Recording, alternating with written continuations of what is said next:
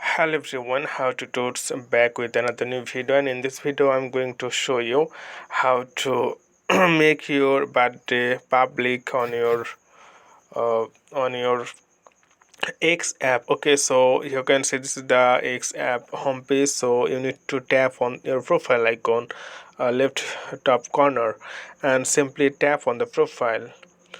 Once you tap on the profile, then here you'll see it's your profile page. Okay, so simply tap on the profile and then tap on birthday. So by default, here are two options like who can see this, month and day and year. So if you hide everything, then only you, or if you want to show your birthday, then you can show public. It means everyone will able to see your birthday. This is year, this is month and day, and the below one is year. So you can choose according to your things. So I just going to choose public. It means everyone see your birthday, and you need to give your birthday accurately because your account may be affected if you give the false information.